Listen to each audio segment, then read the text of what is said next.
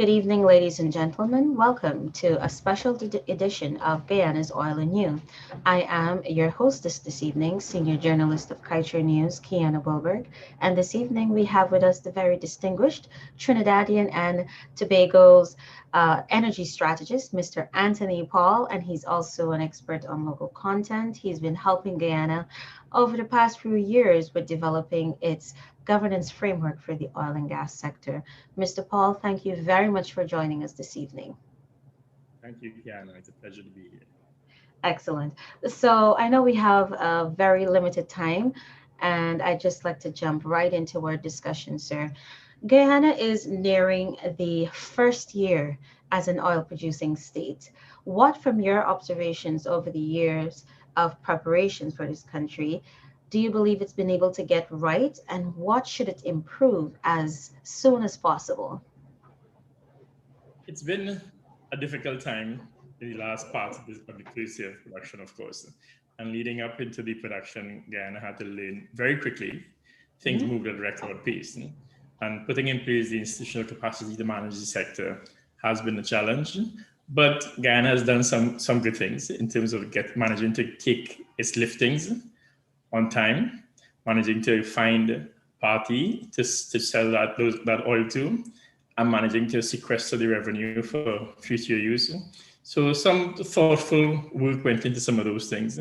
Guyana has had to go through the process of approving new fields for development, for instance, and with the spotlight of the world on Guyana, of course, there's been a lot of scrutiny and a lot of discussion.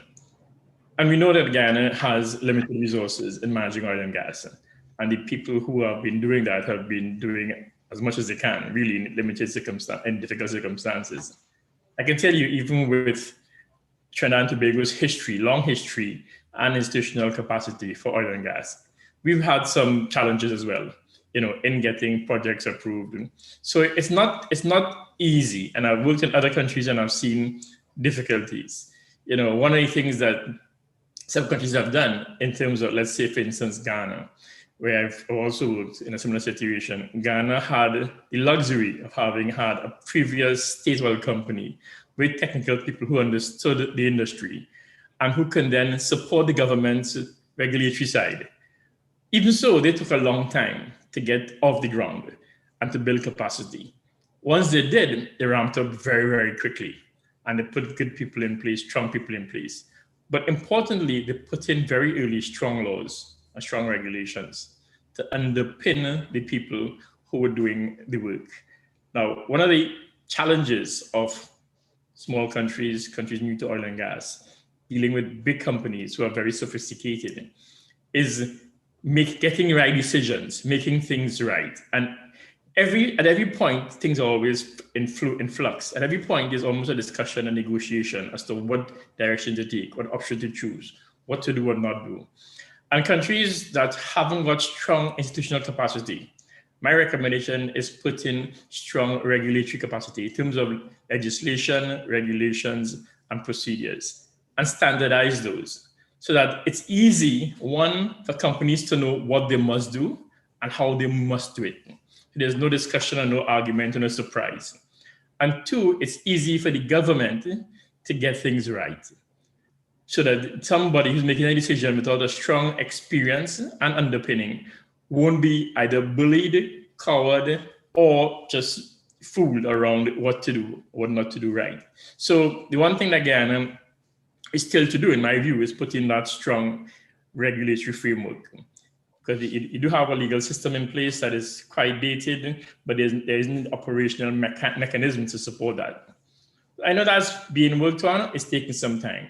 So there are lessons to learn from Guyana. And I think the one thing I could say that Guyana can do or should do is to spend some time looking back at what's happened in the 5 years up to now, the time from discovery to the 4 years ago, to 4 years after the production, and then now, and see how Guyana has progressed and see what Guyana can do better going forward. Because the situation that Guyana finds itself in will be repeated in terms of decisions to be made, choices to be made, those kinds of things. So yes, Guyana has done some good things and has managed to, as everybody else, struggle to learn as you go along, but there's no reason you can't learn from those things. Thank you very much, sir. I'd like to move to your home country, which has also been affected by the COVID-19 pandemic. Could you explain for us how this pandemic has taken a toll on Trinidad and Tobago, which is dependent on oil revenues, and what for you has been the most crucial lesson on the effect of this pandemic? So Trinidad and Tobago had been in difficulty with the sector prior to the pandemic. Yes. The pandemic exacerbated it in many ways. I mean, the biggest problem, of course, is the markets and the price for which Trinidad product can be sold, and the access and the markets it can go into, how much you can sell. Now, Trinidad has been struggling with managing its natural gas in terms of production. And that, in my view, is something that requires good governance, strong institutional capacity, good decision-making, clear decision-making. And it's something that Guyana can learn, in that what I'm describing, I just described that Guyana needs, Trinidad also needs. But over time, in my view, Trinidad's institutional capacity to regulate the sector has weakened considerably, in my view. So the state Trinidad found itself in was one of shortage of natural gas. Even so, large volumes of production, almost 4 billion cubic feet per day, with very little revenue. Where was the revenue going? So, there's been consultants have told the government that there was massive tax avoidance. That means the gas was being sold, but the benefit wasn't coming back to Trinidad and Tobago. So why was that happening? What were the regulations in place? Were they being broken? The government did respond in 2018 by putting in place a royalty, which had not been there before for natural gas to any significant extent. So 12.5% revenue suddenly came to Trinidad, which is always being lost previously. So there was one time when the government moved rapidly. So it was able to plug a loophole in that regard. Yes, okay. By putting in place legislation that caused that to happen. So that was one thing that happened. Now, that didn't address the other people institutional capacity, it addressed that regulatory capacity gap. Now, because Trinidad and Tobago isn't a player in the downstream part of the LNG market, which is where most of our natural gas goes, meaning we don't get involved in trading, in selling, we don't necessarily get the best price. The companies who sell it choose which market to place their Trinidad cargoes in their portfolio. And the companies have one goal, and that's to maximize their profits. So they would do whatever they can to pay as little tax as possible. As common business, it's up to the government to plug that gap. And in doing that, they may sell Trinidad's gas or LNG to markets, to buyers who pay the lowest price because of previous contracts and so on. So Trinidad had mitigated that in the past few years by using more natural gas to go into downstream manufacturing in terms of methanol, ammonia, and iron and steel. Those have been really challenged. The iron and steel plants have been shut down. Methanol markets have plunged. The natural gas prices have gone up from the local producers. And the government hasn't managed to get a handle on domestic natural gas prices and domestic gas policy. What gas should go to domestic market at what price? The government managed that through National Gas Company, who played a commercial rule rather than a regulatory rule. And in so doing, it took some risks. And as we've seen, the National Gas Company has lost quite a lot of money in the recent past, in this period, because of some of the risks that they've taken. They made money in the past. So the question is, how do you balance regulatory and commercial interventions by the state? And that's something that Trinidad can learn, but again, I'm not sure that Trinidad has the machinery in place to learn these lessons and employ them. So what I would say is that one of the biggest challenges we face in Trinidad and Tobago now is that after decades and decades and decades of oil and gas, we haven't managed properly to push productive capacity into other sectors so we could diversify the economy. That's something that is a danger to countries like Trinidad and Guyana, because in a sense, oil and gas is easy money. It doesn't take a lot of brain power and initiative from the government to get our money flowing. The foreign companies come in, they do their thing, you get revenue. That then leads to a sense of easy money And with all the control systems in place to manage how that money is spent, how it's used, then it creates other problems, other challenges around resource management, revenue management, governance. And quite frankly, it leads to areas that we don't like to say. We say the oil and gas industry leads to corruption, but it's the revenue that leads to the corruption, how that revenue or access to it is used. So one of the things that Guyana did very quickly, as Trinidad has done, is to jump on the EITI bandwagon. And we think that's answer the problem. We can account for the revenue, the income, but we're not accounting for the expenditure. How is that money being spent? You may have seen, I don't know if you did, that Trinidad and Tobago has for years been challenged with procurement legislation, how to make sure money is spent transparently, decisions are made, we're getting value for money. And after years and years, the government this past week, got the law changed to remove a lot of the safeguards in the law. So the law, as those who have fought for it, is now being called a toothless tiger. So, so you have to have good governance and accountable government. So even though you don't have all the laws in oil and gas, you have to have it in other places like revenue management. You have to have good governance around how you get the industry to be diversified. You get other things. One of the things that pulled Trinidad and Tobago out of the big oil prices falling in the 1980s was indigenous capacity, local capacity. We had built up a cadre of good local service companies who could do everything in the oil and gas industry. And when the international services companies had to leave because their costs were too high in a low price environment, the local companies carried the industry.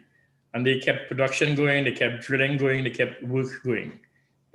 That's what you would expect or would like to see in a downturn time. You want to draw on resources. In places, of course, where companies had to send people home, where there's no local workforce to continue to work, projects were shut down.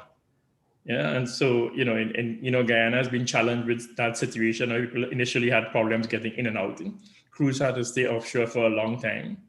With indigenous crews, that issue is mitigated. So it kind of makes the case for having local capacity readily available.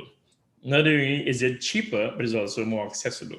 So we've learned some lessons, but we have learned many lessons before in my home country. The challenge is implementing those lessons, using those lessons. And for that to happen, people like you, civil society, the media, have to be able to hold government to account. You have to be able to ask government questions. For that, you have to have information and good information. And it's one of the challenges that we have in my home country. Access to information is very, very difficult in the oil and gas sector.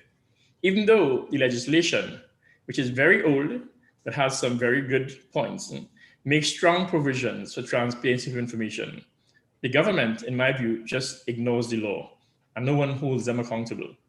That's something that countries like Guyana, new to oil and gas, have to learn, because the government knows better than anybody else what's happening, but they don't know everything, and and so the people who can help, but they can only help if they have information. The people who can help and who have information but can't use it because it was gotten under conditions of confidentiality. Now, that doesn't mean the information itself should be confidential. It means that's how they got it. If that information were in the public domain, people can then make comments on it and make suggestions on it. So there's a reason for this lack of this secrecy in the industry. It prevents governments from accessing support from people in the country, but it also helps the companies get away with some things that they shouldn't get away with, as we've seen in my country and other places. So I'm not sure if I've answered your question fully, but Yes. those are some of the thoughts I have on that. Yes, you have. And there, two things that I'd like to follow up with what you said in your comment there. One is that EITI is not the solution to our problems, because it only covers one side, which is to show you. And for those of you who are not aware, EITI stands for Extractive Industries Transparency Initiative, and it's a global watchdog that helps countries shine a light of transparency into their natural resources sector. So for EITI, Guyana being a candidate member, Trinidad also being part of the club, this international club, it only helps you to keep an eye on what you are receiving. But another critical part, which is the spending, EITI does not account for that. So I think that's also a really important point that you brought out there. Yeah, that's important. That's where the money gets mismanaged or lost in how it's spent. In Trinidad for years and years, we had very good accounting for revenue through the budget process. And I was very clear. So we were clear in Trinidad that EITI wasn't the solution, but what it was we saw it as an access point for citizens to have line of sight, to get a better understanding, to know that they can have access to information, which previously they didn't always have. What EITI did that we didn't have before is that it attributed revenue on a company by company basis. So you knew which company paid how much money. So for many years, for instance, when people were vilifying Petrotrin, and it was shut down 2 years ago, Petrotrin was paying more taxes than BP and Shell because Petrotrin can't avoid taxes the way they can. Mm-hmm. So EITI told us that we wouldn't have seen it otherwise. When we look back at the efficiency of tax recovery from these companies, in other words, what economists call tax efficiency is a term they use for it. In any case, it's how much of your gross revenue is paid in taxes, effective tax rate. National companies, NGC, Petrotrin, were paying a lot more tax per dollar earned than the BPs and the Shells. They managed to hide a lot of revenue or keep a lot of revenue offshore and managed to inflate costs in some ways that might be legal. These are not necessarily illegal methods. They may be perfectly legal, but there are loopholes that governments tend not to be able to understand, or when they do understand it and know it, not have the will to plug them, which is even more fascinating from time to time. Mr. Paul, it's interesting that you mentioned that point because just recently, I believe Reuters produced an article with the headline, How Oil Majors Shift Billions in Profits to Island Tax Havens.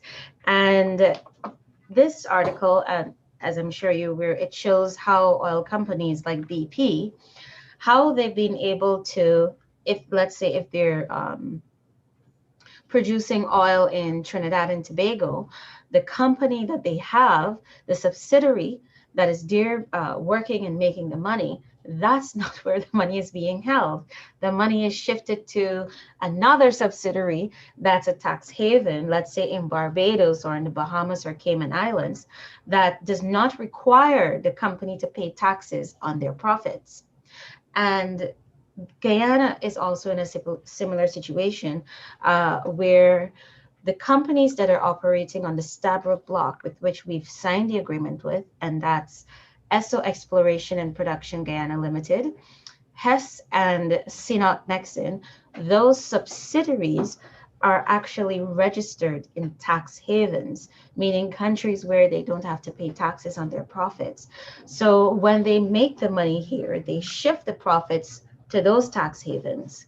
So I believe in one of those articles I was reading where Nigeria, one of the officials was complaining how if that situation was not occurring for them, they would have been able to rake in about $700 million in taxes or billions dollars in taxes. So can you just explain for me if this is a situation that you're quite aware of, I'm sure, in the industry, and what sort of risk does it present to countries like Guyana? Sure. So one thing you must keep in mind, it's very important, that boards of directors of companies, and I think the report you referred to mentioned this, have a fiduciary responsibility to maximize the profits for their shareholders. So they are doing everything they can do legally, which we're doing legally, to get that. Yeah. Now, what are the mechanisms they do that are legal, but also deprive countries of revenue? So you describe it. So as you know, if you sell a product, if you make a product and sell it, you're taxed on the revenue minus the costs, the expenses, right? So if you were able to maximize those costs, increase them, and pass those costs on to an affiliated company, somebody who the same parent company owns, and that affiliated company sits in a tax haven, meaning a place where it pays no taxes, then the parent company makes more taxes, but the producing company pays less taxes. So and that works really well, especially when companies are given deals that move value across different parts of the business, have different tax regimes. What do I mean by that? So in the upstream, where Guyana is producing oil, where Trinidad produces gas, tax rates are fairly high. In Trinidad, it might be 55%, after and the royalty on top of that. In Guyana's case, it's 50%. So you have some high tax rates. Now in the downstream for LNG, for instance, it's 35%. Some petrochemical might be lower than that. So you can move that further downstream. So what do companies do? They say, fine, I am selling this gas, and here's the price I got when it was sold. And here's the receipt from this company who sold it for me. And here are the costs involved. So what do they charge? They charge management fees, which is, who knows? And then, of course, they have to get money to run the operation. So they charge financing costs, interest rates, and finance fees on top of that. And then they charge shipping fees and liquefaction fees. And each of these pieces is managed by a contract or a company that the parent company owns. And each of these fees adds up. So each of these companies sits in a different jurisdiction. So you mentioned the article, and they give you examples from different jurisdictions. You put in Nigeria one. In Trinidad, and some research was done by a company hired by the Trinidad government, an international consulting firm called Portner and Partners. Yes. And in 2018, they did a study and gave it to the government that showed that for the 5 years between 2010 and 2017, the government had lost in potential revenue something like $17 billion US. I mean, at that time, Trinidad's national debt stood at $22 billion. So you get almost wiped off the national debt if you collect those taxes. Okay? And those taxes that were computed were in line with legislation that describes how taxes are paid and how costs are valued. And that wasn't collected. The government has since shut the books on that without giving a suitable explanation, except to say the company told them that's what their contracts say, and that was the end of the story. So as citizens, we have no oversight, really, of what the government does. And we know the government feels it has no accountability to tell us why they made that choice and what the decision-making process was. So that's how it works. Companies find ways to move value offshore. So ultimately, the amount that the Trinidad business earns is lessened, and therefore the tax payment is reduced. And for several years, those companies were making huge profits in the downstream enterprises. So the report you spoke about mentioned Shell specifically. Yes. Shell and BP were declaring record profits in their downstream, which includes LNG, but paying no taxes in Trinidad at the same time. So how does that work? Yeah, they're selling, they're moving the value from one jurisdiction to the next. Now, in the case you described for Guyana, yes, your companies have offices offshore where they're registered, but that shouldn't affect the revenues they earn in Guyana and taxes they pay. What they're doing there is when they move the profits overseas, they can make sure they maximize the benefit from that profit. Guyana has to make sure that the interests they're being charged, because those companies tend to be usually what is called thinly capitalized, meaning they have no money on their balance sheets. They can't borrow themselves. So they have to borrow from an affiliated company or parent company. And the interest rates can be inflated. So Guyana have mechanisms to prevent that interest rate inflation, which can be through legislation or other means, so they don't overcharge. Then the fees they charge for all kinds of services. I mean, and I've heard my minister say it's only 3%, that's not much. 3% is a lot of money. And we have this sense that because we are accustomed paying 5% in the bank and 10% locally, that 3% is nothing. These guys pay 0.1%. typically for interest rates, and it's selling at 3%. So they're making massive profits. It's big numbers. So 1 cent per 1,000 cubic feet in Trinidad turns out to be hundreds of millions of dollars each year in revenue. And we tend not to have proper economic models to look at those changes. If I were to change, for instance, the interest rates to service fees and say, what should a service fee be? The company is charging me 3% to 5%. What is the market rate for that? Should it be 1%? How do I know I'm getting the best rate? So putting in place mechanisms to make sure you get the best rates is an important aspect for it. But companies will do whatever they can to maximize benefit for their shareholders. Governments, likewise, have an obligation to do whatever it can to maximize value for its shareholders, its citizens. And that's where the government's requirement for strong legislation, strong regulations, strong institutions becomes so important. Because the board of directors have a responsibility, and they make that happen by having good business practice in place and good management. On the other side, the government should have the same thing, good business practice and good management to make sure that they maximize the benefit for the country. So it's always a negotiation. You can't blame the companies for doing what's in their interest. You have to manage what's in your interest. Absolutely. So, Mr. Paul, over the past few months, you would have heard that ExxonMobil and its partners are saying that the resources they've discovered offshore Guyana is enough to support the development or the implementation of 10 floating production, storage, and offloading vessels, FPSOs. But do you believe that this sort of development or explosion of development is in Guyana's interest, or should we seek to implement a depletion policy? So, a depletion policy really refers to mostly to one thing, to the rate at which you take oil and gas out of a reservoir and how much you take out. What you're describing is an additional aspect of it, meaning how quickly do you develop all your assets? How quickly do you take all out? There are many facets for that. So for instance, Ghana is a good example.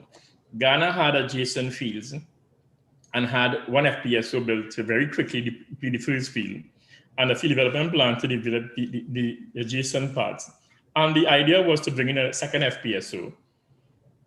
And then Ghana said, wait, can we not use the first FPSO and bring those same resources, and rather than having to build all that billion-dollar equipment, because the first field was already in decline.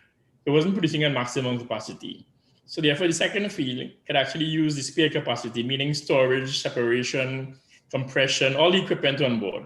So the question Guyana has to ask is, what is the right pace of depletion and the right order of depletion for fields to maximize the benefit for Guyana? And that means reducing the expenditure. And that may mean, do I need to build 5 FPSOs within 5 years? Or can I use 3 FPSOs over a period of 10 years instead, or 20 years? So the scheduling is quite important. Now, companies, as you know, have an interest in making revenue quickly. Yes. We always talk about the time value of money. And Guyana has been fed a lot of that recently in terms of any delays in the PIR, for instance, and the cost to the company, to the country, and so on. What it really means is the cost, the time they get the money means it brings value to the shareholders. Because there is that factor that is captured into companies' way of doing economic modeling.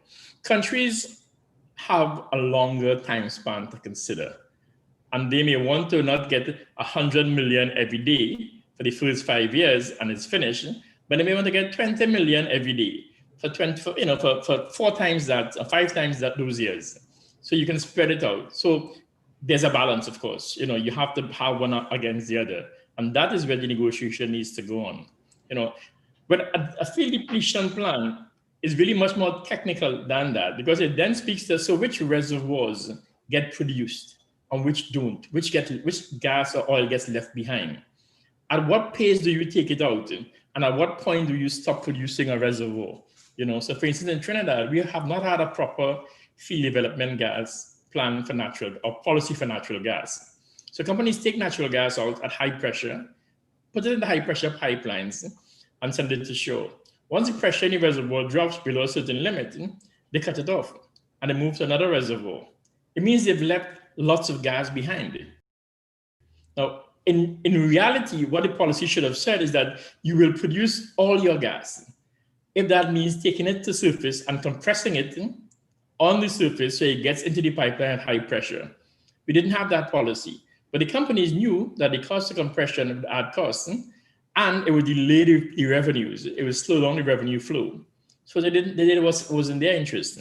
So without a proper depletion policy, the country will lose. That gas is now sterilized. We can't go back in and get it. It's left in the ground because of the way the reservoirs above have been depleted and the dangers of drilling through those. So managing a resource is very technical, and you need strong capacity, people who understand those things, to negotiate with the companies to approve field development plans.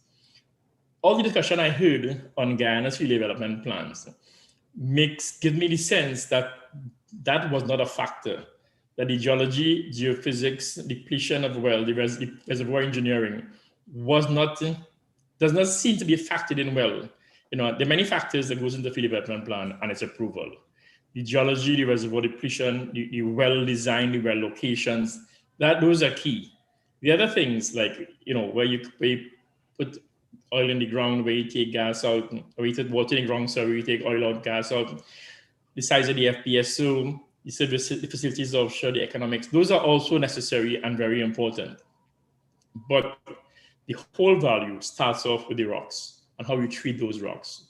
And the question to me is, for every country, is do you have the capacity to take that seismic data, to interpret it, to model the fluid flows out of those reservoirs by different well locations, different numbers of wells, different well bore sizes, different pressure profiles?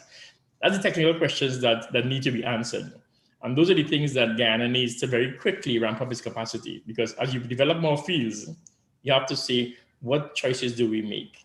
And I know this because one of my roles in my business life, my life in the multinationals, was called Sustainable Fields Development Manager. And we had to ask, how can we sustain the development of all those oil gas fields we had found and get the best value for the company and for the country? How do we know which field to develop next? How do we know how to contract for services so we can get more local content, build more local capacity? It's all connected, but you must have that big picture, and somebody must hold that big picture and manage it and be accountable for managing it. And if you leave it to the companies, they will get good results that suit them. But somebody has to defend the country's case or make the country's case. That's really an excellent point there, Mr. Paul. I just want to go back to something that you mentioned there about Ghana, where you said that the authorities there were able to say, look, just pause on bringing a second FPSO. How about we utilize the first one that we have for the declining reservoir? And I think that brings out a very important point with the policy that the government has in deciding on cost savings in the review of the field development plans. And I believe Guyana would also have that same power to decide on cost savings. So with that, would you say that it's important for us to really pay attention to the economics of all of these FPSOs? Everything is economics. Mm-hmm. Oil and gas companies are not in business to produce oil. They're in business to sell oil. They're in business to make money. So the economics is primary. The geology, the drilling, the reservoir, all those nice technical things you talk about, those are all in service of a bigger prize. So Guyana must pay attention to the economics. And everything that is done or not done has an economic impact on the ultimate revenue to the company, to the government. So yes, you must play that. And I was fortunate to actually be in Ghana working for the government, advising the regulator at the time. And we would sit down as a team, look at seismic data, look at models, look at well path choices, and discuss among the technical team what choices were. And I sat in that room and saw decision-making process as to why they should or shouldn't have that FPSO, and they had a very strong manager, CEO, who was very technical as well, and who could make the case to the minister. And the minister had faith in his regulator and his people tell the companies, this is my decision, And we must keep this in mind, that Ghana, like Guyana, have what are called production sharing agreements. Agreements are contracts. The operator is a contractor working for the government. The government is the boss. You tend to forget that. We tend to, That that's so person, true. yeah? You've hired that person and you pay them well for the work they've done. That's how they recover their costs. So you have an obligation to manage on behalf of the people, and you have the right to manage operators by your role as the person who's hired, the client to the contractor. And if you give up that rule, then you will give up your responsibility to do what is right for the people who you are there to serve. Thank you very much. I want to turn to an issue that's been quite controversial, a topical matter in Guyana, and that's in relation to the ownership of oil blocks. And the reason why I come to this is because there's been a lot of debate and discussion on ensuring that Guyanese participate as much as possible in every aspect of the oil industry. Hence, I'm coming to the ownership of oil blocks. In your experience, sir, do you believe that Guyanese, given their lack of experience, should be able to have some level of participation in the ownership of oil blocks? Or do you believe the lack of experience should not prevent them from being able to participate to that extent? Sure. Well, first to begin, Guyanese own all the blocks. The operators are contractors to the Guyanese. Yeah? What you're referring to is how much equity Guyanese have in the block, and therefore how much of the profits they earn, and also how much of the investment they need to make, and how much of decision control they have. Now, because Guyana owns 100%, Guyana can make a choice. You can say, I will give you X percent. It could be 80, 70, whatever, and I will keep the rest. Meaning, you will earn 80% of the rights to the production, the revenues, by investing the money. I already own it. Yeah? You want some of my action, you pay a share for that. That is normal business. That is what company A would have done when company B owned a block, owned in inverted commas, and then gave them a share. That share didn't come for free. They said, here's some money. I will give you some cash, I will spend money, I will do work, and for that, I will get a piece of your block. So it's called farming in. So in those blocks you referred to earlier on, the companies who got the first agreements farmed out to companies who themselves became operators. Yes. So think about that. They had 100%. They farmed out to a party who became the operator. They are getting their share of revenue, but they're keeping some equity. Now, they did not pay for the drilling of the well because the party getting the share paid for that.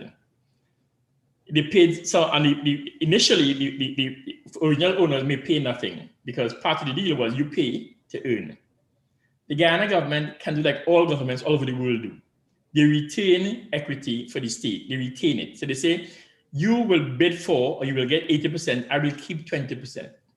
That 20% belongs to the people of Guyana, of Trinidad and Tobago, whatever country. That means you have the voice in decision-making around contracting, selection of contractors as a rigs, finances, when the board meets to say, we vote for so-and-so. You have equity. In most countries, that equity is vested in a state company, a national company, who don't pay for that initial risky investment. So that addresses one of the issues that you have. How do we get money to invest in exploration, which is risky? Well, the answer is you don't. You retain equity and have somebody else take the risk. And once the risk, the block, now they have to get financing for field development. That is easier to access. You can get that more easily because the people who finance that.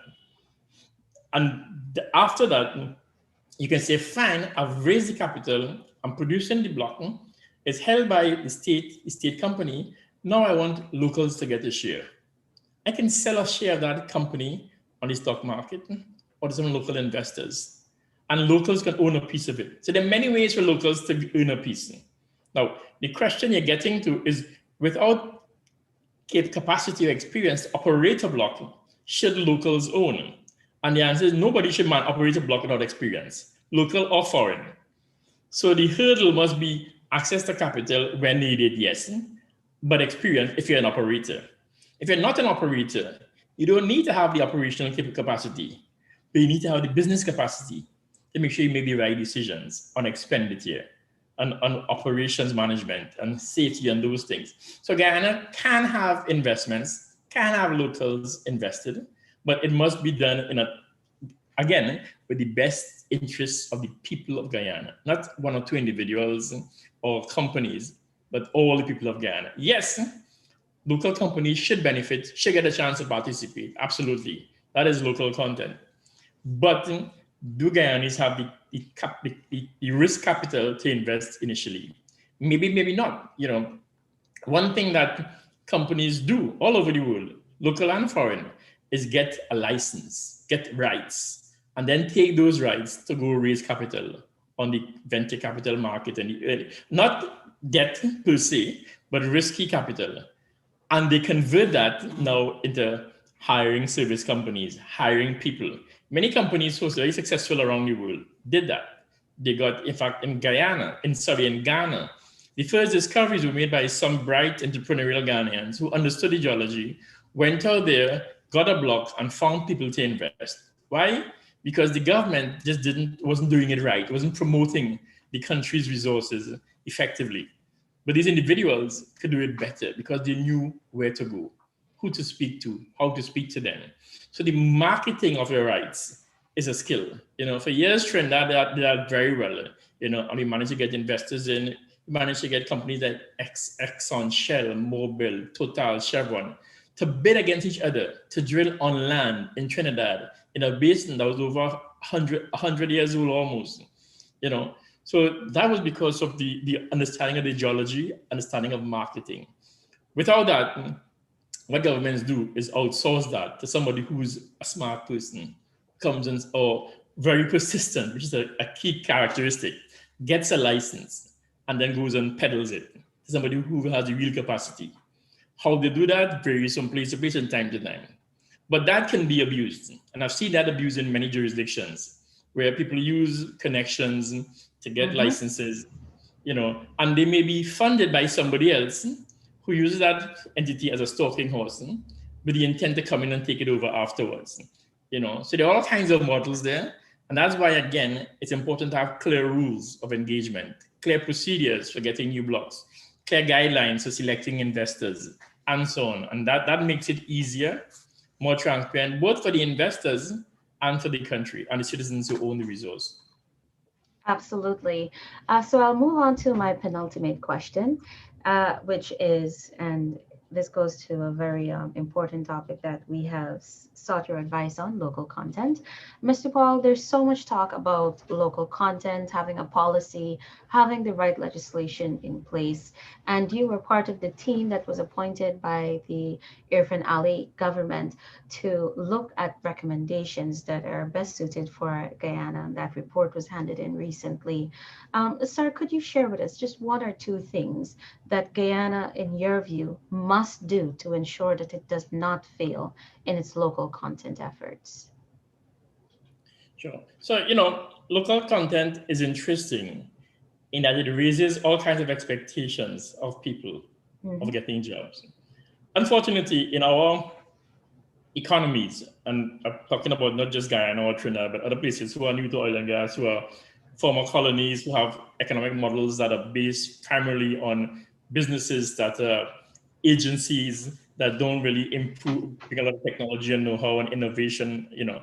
We tend to have business classes who are buy and sell, who will use added value. That is important, but that doesn't give you the capacity to deal with the real world. And the real world is the world we face today.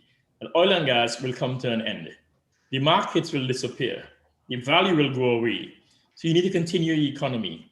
How do you build an economy that is resilient to these changing times? And to me, the key component of getting local content right is building the capacity that you can use in the industry, but that you can take to other industries to make those industries stronger and more resilient. Guyana faces a risk of taking skillful people and service companies away from other sectors to oil and gas because they tend to pay better wages. At the same time, Guyana has one of the biggest, if not the biggest, rates of brain drain for graduates in the world. How does Guyana use the opportunity to retain Guyanese from leaving the country, to give them good jobs so that they don't leave? Or, as importantly, attract Guyanese back. Because, as you know, industries around the world will struggle for the next few years. The people you get from Guyana who have lost their jobs or who are in a worse off position, can you attract them back? So to me, the key part is making sure you make the right choices about what we do and set the right environment to retain and develop and bring back our people. How does that work? The policy must have a clear vision as to where you want your country to go, how you want the oil and gas industry to take your country there, or to be part of that journey, or to propel that journey. In the case of Guyana, which is possible given the scale and impact potential of the industry, to move it quickly and forcefully in that direction. And then what do you put in place to make that happen? So the policy is one part of it, but the policy must be underpinned, must drive towards that vision, but must be underpinned by a strategy that says, what areas do we select to focus on so that you can participate in the sector, maximize the benefit Guyanese get, and then transfer some of that to other sectors. So what are those choices? How do we develop capacity we haven't got? How do we make sure that the Guyanese can do that? By training them, giving them tools, creating joint ventures, causing activities to happen in country that typically don't happen in country, but by being in country, they can do it. So that strategy has to be part of that. So you select, you build capacity, then you make sure that the companies, the operators who are procuring those services, who are hiring these people, are compelled to do that, and do that in ways that make sure they don't avoid it. Because changing your supply chain is a risk. And companies do well to mitigate risk. And one way to mitigate risk is to avoid it. So they could find ways to avoid locals. So how do you make sure the procurement process ensures that locals get selected? So that's important. But all of that, with your best of policy, best of strategy, even with legislation to underpin that, unless you have a strong, accountable regulator overseeing all this, with the responsibility to report to the people of Guyana, because without reporting, there's no way of knowing if the regulator is doing his or her job. Absolutely. So that to me, those to me are the key things I would suggest that we keep in mind. Keep in mind the end game, meaning where is Guyana's destiny, how you want to get there, how the oil and gas sector can help you get there, and how local content can get you there. Keep in mind that local content is only a piece of the puzzle, one of the tools the country has to develop out of oil and gas. How we use revenue is a bigger part. That will impact the lives of many more people in Guyana than local content. How we use oil or natural gas for domestic electricity and consumption will affect more people. So there are many facets of the industry that can impact the lives of people. Local content is one, but we shouldn't lose sight of the others. An important part, as you opened with, is not just collecting the revenue, but it's managing the expenditure. Indeed. Making choices as to where to invest, what to build. Those choices are very, very important. And of course, getting value for money. One of the important facets of the industry is the way big projects are managed, the way efficiency and safety are factored in and adhered to rigorously. If we can learn that and put that into the way governments run, it'll make a big difference in economies like ours. Thank you very much for that, sir. And I'll ask for your concluding thoughts as Guyana prepares to move towards bringing gas to shore. I know Trinidad has a lot of experience where this is concerned. So what are your thoughts or your concluding thoughts for Guyana as it prepares to embark on this aspect of its future? I would say Trinidad has a lot of experiences, more than most countries of the developing world, in natural gas. Usage, pricing, choices. We've done some fantastic things. You look around at a place like Point Lisas with all those 20 plus world-class industrial estate companies and small real estate. We've had some fantastic operational efficiency. We have plans that are run, pipeline system run for 24, 27 years without a major incident, without lost time, really good operational efficiency, projects that were built in time and under budget, people to run those plants, training institutions to build those. We have some fantastic things. But today we struggle. Why are we struggling today? Because like I said with local content, all of those good things are necessary, but not sufficient. You must have proper governance and oversight. And if that fails, all your investments will fail or will lose value. So Trinidad's struggle today is around the lack of accountability of the regulator. That is my view. And I know because I used to work for the regulator, and they're the ones to manage it. And I'll give you an example if you think I'm mistaken. The law says every company operating in the oil and gas industry, no matter what they do, be it pipelines, gas stations, exploration and production, petrochemicals, refining, must have a license. None of those companies in the petrochemical industry have licenses, and they've been there for 40 years.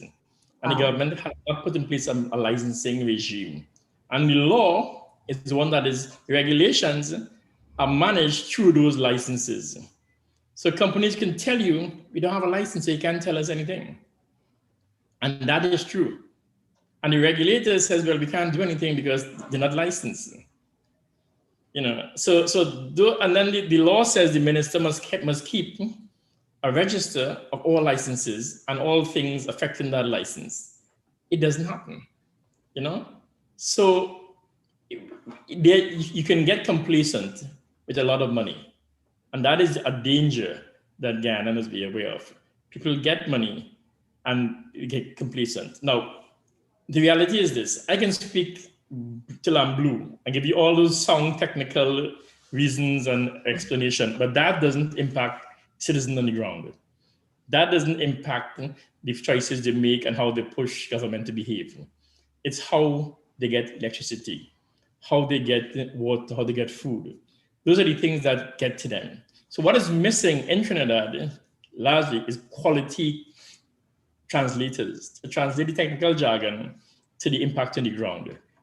People in the media, in civil society, who can ask the right questions and convert the conversation from what I am saying, which is useless, is meaningless to many people, because it's nice for people who care about these kinds of things, but many people care about it, but it's not their primary concern. So to me, my role, or people like me, have an important role to play, but it's not nearly as important. People like you and the media and those nearer to the ground who can translate what's happening or not happening to the reality of life on the ground. And that is what Guyana has to build, in my view, a clear line of sight for communicating activities, impacts, and outcomes to the citizens, and making people feel that they have a right to demand better, and how they can demand better, and what they can expect to know if things are improving. That, I think, is an important piece that has to be factored in, a national education around this, which, given Guyana's population and the size of this industry and the impact on the economy, is very important, much more so than in most places.